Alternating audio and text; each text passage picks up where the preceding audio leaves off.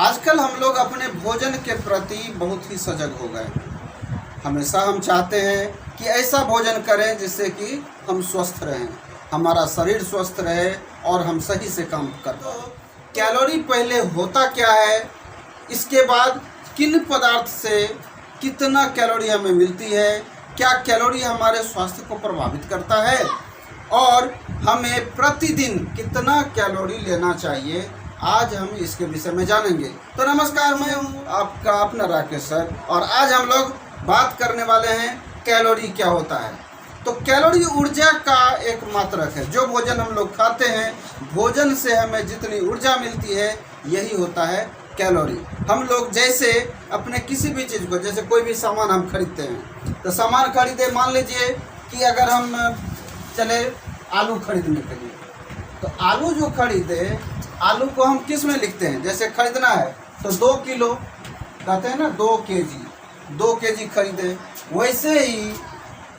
वैसे ही अगर चीनी खरीदे तो चलिए 1 केजी अगर लिख लिए। अच्छा, अगर हम दूध खरीदते हैं तो इसके लिए क्या लिखते हैं, 1 लीटर। ये हम लीटर लिखते हैं, किसी को केजी लिखते हैं।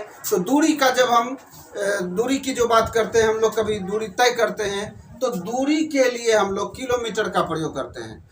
ठीक उसी तरह से ऊर्जा के लिए, ऊर्जा को हम कैसे माप सकते हैं, उसके लिए होता है ऊर्जा का मात्रक कैलोरी। तो कैलोरी जो हो गया ऊर्जा का मात्रक। अब आपको ये भी चीज़ समझना चाहिए कि ऊर्जा क्या है।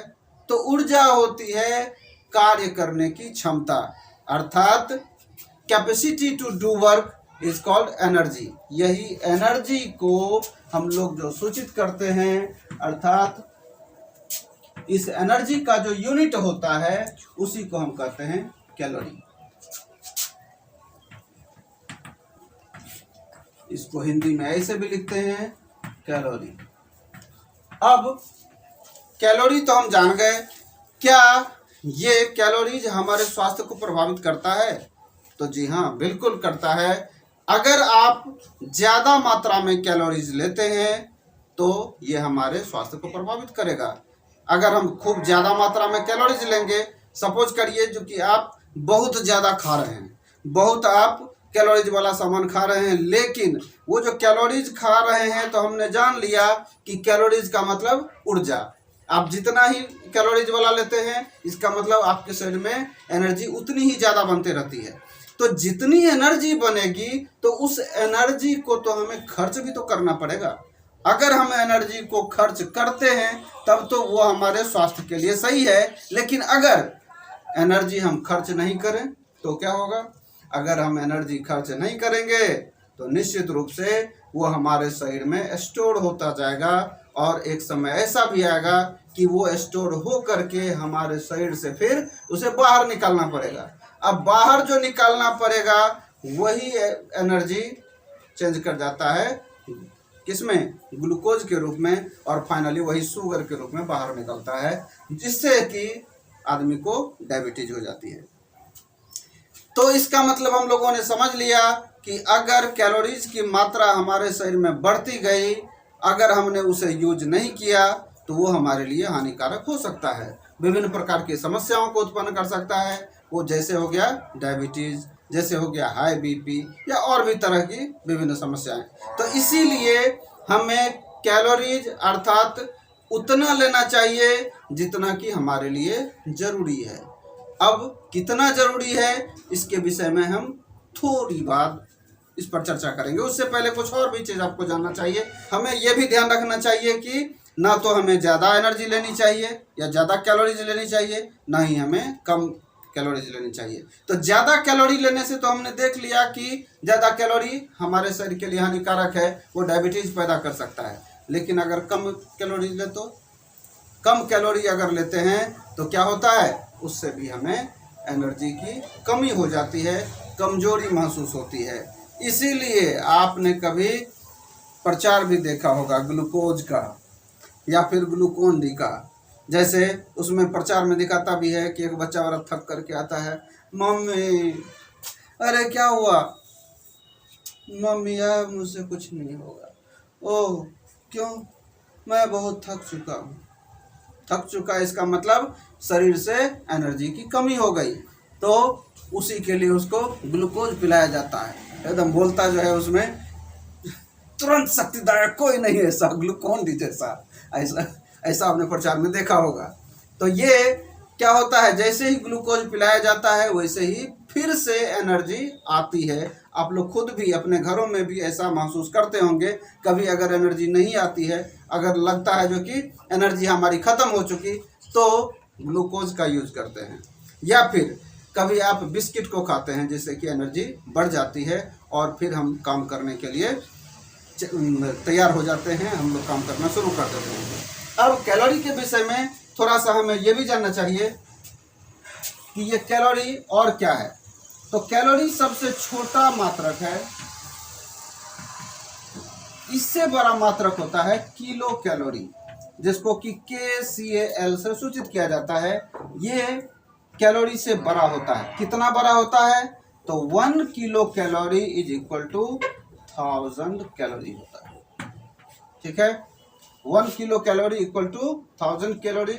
तो इससे हमें पता चलता है। फाइनली जो हम लोग कैलोरीज की बात करते हैं, जनरली आप लोग सबके बीच में ये चर्चा भी सुनते होंगे, बातचीत सुनते होंगे, टीवी पे प्रचार में देखते होंगे जो कि कम कैलोरीज वाला भोजन लेना चाहिए।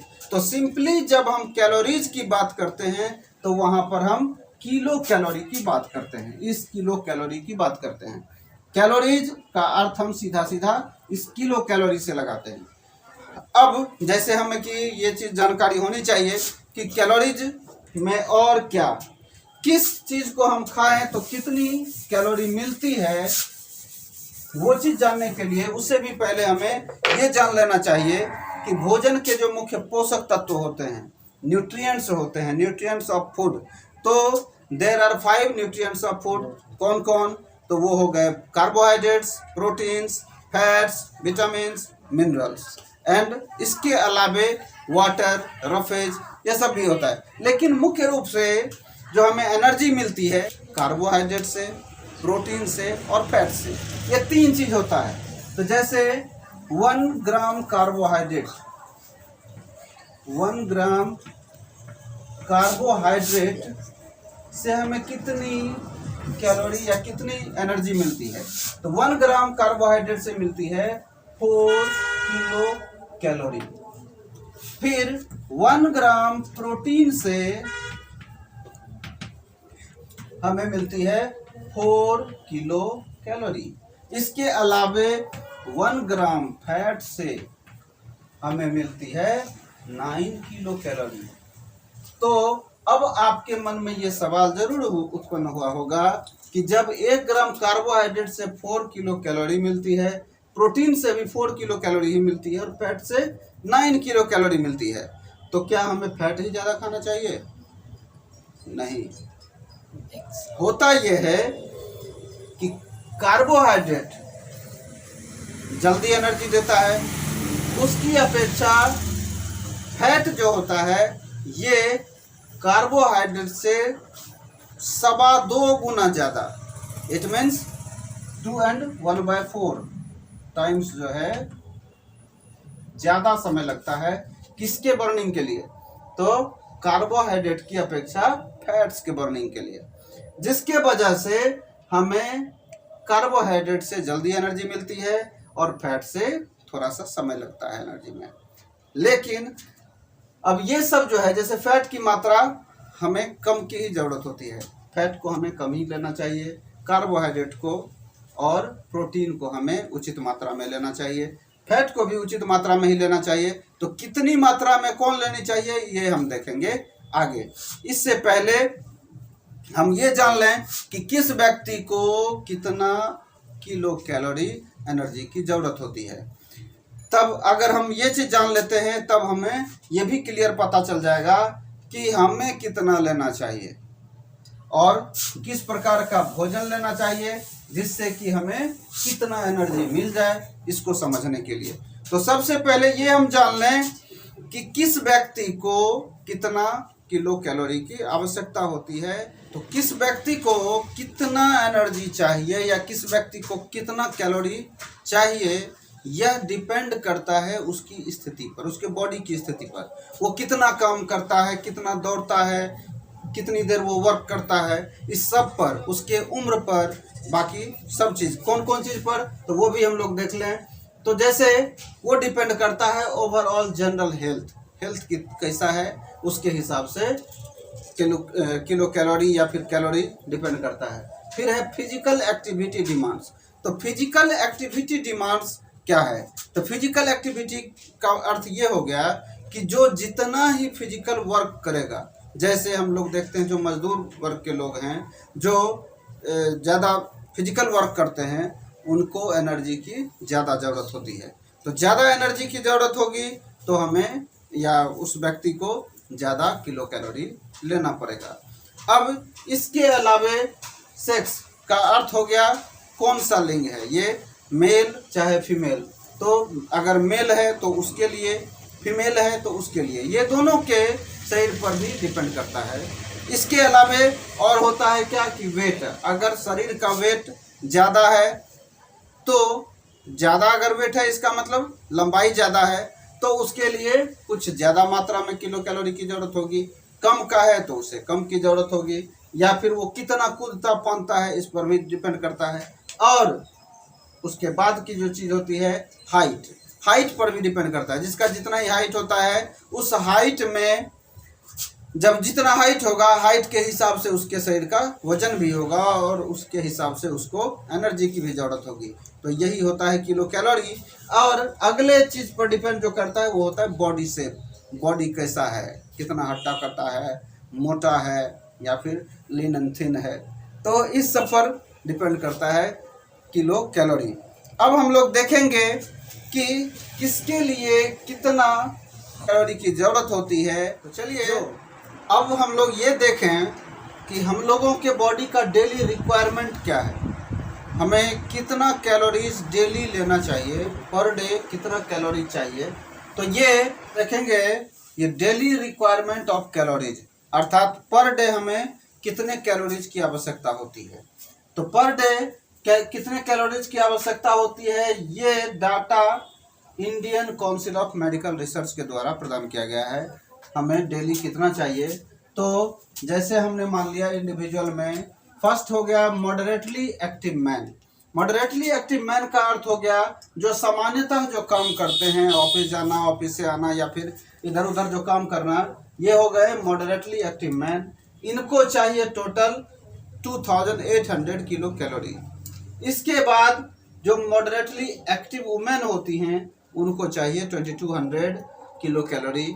इसके बाद होते हैं जैसे प्रेग्नेंट वुमेन, तो चूंकि इन्हें ज़्यादा मात्रा में एनर्जी की ज़रूरत होती है, इसीलिए इनको चाहिए 2700 किलो कैलोरी।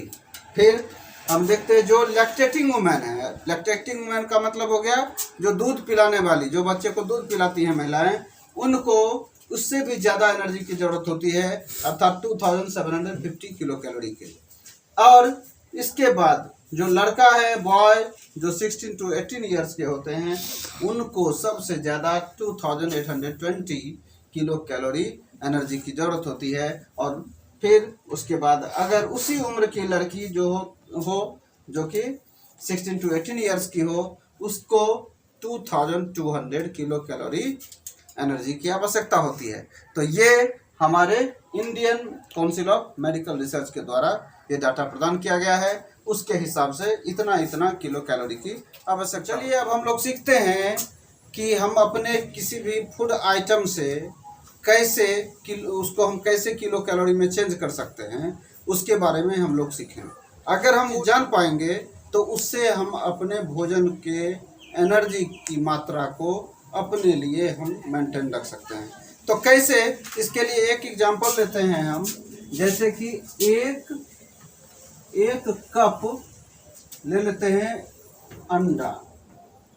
एक कप अंडा लेते हैं जिसमें कि इस टोटल का जो ये अंडा का जो वजन होगा वो 243 ग्राम हम ये लेते हैं।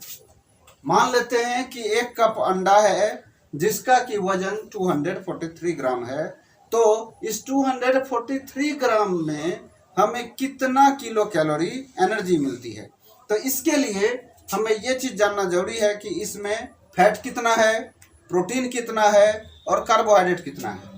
तो इसमें पहले फैट्स जो होता है, फैट्स टोटल होते हैं कितने, तो 23.11 ग्राम। इसमें फैट्स 23.11 ग्राम होते हैं। तो इस 23.11 ग्राम में कितना किलो कैलोरी एनर्जी आई, तो उसको कैलकुलेट करने के लिए, चूंकि हम जानते हैं कि 1 ग्राम फैट में कितना होता है, 9 किलो कैलोरी। तो इसलिए 23.11 ग्राम को हम 9 से मल्टीप्लाई कर लेंगे। ये टोटल आएगा कितना, 9 3 जा 27, 9 2 जा 18 और 2 20। इट मीन्स 207.99 या 208, इसको अप्रॉक्स में हम लोग 208 किलो कैलोरी, ये हो गया फैट का। अब अंडा में जो पाया जाता है, फैट भी पाया जाता है, प्रोटीन भी पाया जाता है और कार्बोहाइड्रेट भी पाया जाता है। तो फैट्स देखने के बाद हम लोग देखेंगे कि इसमें प्रोटीन कितना होता है। तो इसमें प्रोटीन होता है 30.52 ग्राम। तो 30.52 ग्राम में कितना एनर्जी अर्थात कितना किलो कैलोरी हुआ। तो हम जानते हैं कि 1 ग्राम प्रोटीन में कितना होता है, 4 किलो कैलोरी। 1 ग्राम प्रोटीन में 4 किलो कैलोरी एनर्जी होती है। तो इसलिए टोटल इतना में कितना हो जाएगा, तो 30.52 मल्टीप्लाई 4, ये करेंगे तो 4 2 जा 8, 4 5 जा 20, फिर 34 जा 120 और 2 तो 122.08। फिर तीसरा चीज क्या होता है, कार्बोहाइड्रेट। कुछ मात्रा में कार्बोहाइड्रेट भी इसमें होता है अंडा में। कितना, तो 1.75 ग्राम होता है। तो 1.75 ग्राम में कितना हो गया, तो इसके लिए हम 1.75 ग्राम को 4 किलो कैलोरी से मल्टीप्लाई करेंगे, क्योंकि हम जानते हैं कि 1 gram carbohydrate equal to 4 kilo calorie होता है। इसीलिए जब हम इसको मल्टीप्लाई करेंगे तो आएगा 7 किलो कैलोरी। तो इसलिए अगर हम इस एग में 243 ग्राम के एग में देख लें टोटल कितना एनर्जी है, तो टोटल हो गया 208 किलो कैलोरी। 208 किलो कैलोरी ये हो गया फैट से। फिर प्रोटीन से कितना, प्रोटीन से मान लेते हैं 122 किलो कैलोरी अप्रोक्सीमेटली। और फिर कार्बोहाइड्रेट, तो कार्बोहाइड्रेट से आता है कितना, ये हो जाता है 7 किलो कैलोरी। तो कुल मिलाकर के अगर हम देख लें तो ये आ जाता है 147 किलो कैलोरी।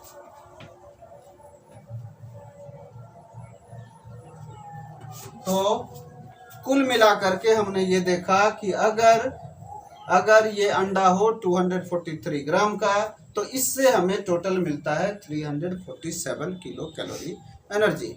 तो इसी के हिसाब से हम अपना एनर्जी लेवल को बना करके रखते हैं और अपने फूड में इन चीज़ों का इस्तेमाल करते हैं, और इसी के हिसाब से हमें तो अब हम ये देखते हैं कि balance diet of moderately active adult man और वुमेन के लिए कितना कितना होना चाहिए। ये भी ICMR के द्वारा अर्थात Indian council of medical research के द्वारा प्रमाणित किया गया है। इसमें हम लोग देखते हैं कि डेली हमें कितना खाना चाहिए और किस मात्रा में लेना चाहिए, क्या क्या लेना चाहिए। तो उसके लिए हम लोग इस चार्ट पर थोड़ा नज़र डालते हैं। इस चार्ट में हम लोग देखते हैं जैसे ये फूड आइटम्स हो गया, सेरल्स मतलब अनाज, जैसे हम देखते हैं चावल या फिर गेहूँ से बने चीज़ को। एक एक्टिव एडल्ट मैन के लिए कितना ये होना चाहिए, तो 520 ग्राम होना चाहिए। एक्टिव एडल्ट वुमेन के लिए 440 ग्राम होना चाहिए। ये सभी ग्राम में है, पर डे हमें कितना ग्राम में लेना चाहिए, तो ये है। फिर दाल लेना चाहिए कितना, 50 ग्राम, और महिला को चाहिए 45 ग्राम। फिर मीट या फिश जो एक्टिव एडल्ट मैन हैं उनके लिए 30 ग्राम चाहिए, एक्टिव एडल्ट वुमेन के लिए 30 ग्राम चाहिए। अंडा दोनों को एक एक लेना चाहिए।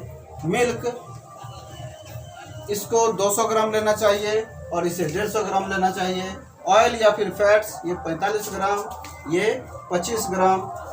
ये शुगर 35 ग्राम, ये 20 ग्राम। फिर रूट्स और ट्यूबर्स, रूट्स और ट्यूबर्स का मतलब हो गया जैसे आलू, पोटैटोज, ये सभी, या फिर जो भी धरती के नीचे जो उगते हैं। तो ये चाहिए कितना कितना, तो मैन के लिए 60 ग्राम और वुमेन के लिए 50 ग्राम चाहिए। फिर ग्रीन लीफी वेजिटेबल्स मतलब हरी पत्तेदार सब्जियां चाहिए, मैन के लिए 40 ग्राम और वुमेन के लिए 100 ग्राम चाहिए। फिर अदर वेजिटेबल्स किसको कितना चाहिए, तो मैन के लिए 70 ग्राम चाहिए और एडल्ट वुमेन को 40 ग्राम चाहिए। तो इस प्रकार से हम लोगों ने देखा कि एनर्जी का लेवल हम कैसे मेंटेन करके रख सकते हैं। तो आज के क्लास में हम लोगों ने देखा कि कैलोरी क्या होता है, इसके बाद एक कैलोरी में कितना होता है, 1 किलो कैलोरी में 1000 कैलोरी होता है।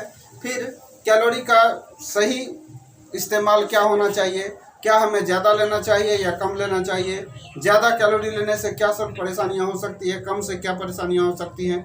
इसके बाद इस उम्र के लोगों को कितना लेना चाहिए, जैसे एक्टिव मॉडरेटली एक्टिव वुमेन के लिए कितना चाहिए, मैन के लिए कितना चाहिए, फिर बढ़ते बच्चों के लिए कितना चाहिए, या फिर जो बहुत ज़्यादा मेहनत करने वाले लोग हैं उनको कितना चाहिए, ये हम लोगों ने देखा। इसके बाद ICMR के द्वारा जो दिया गया है कि डेली हमें कितना कितना कौन सा भोजन लेना चाहिए उसके ग्राम के हिसाब से, ये सारे चार्ट को हम लोगों ने देखा। तो आशा है और पूरी उम्मीद है कि आप सबको ये वीडियो बहुत पसंद आया होगा। Thank you.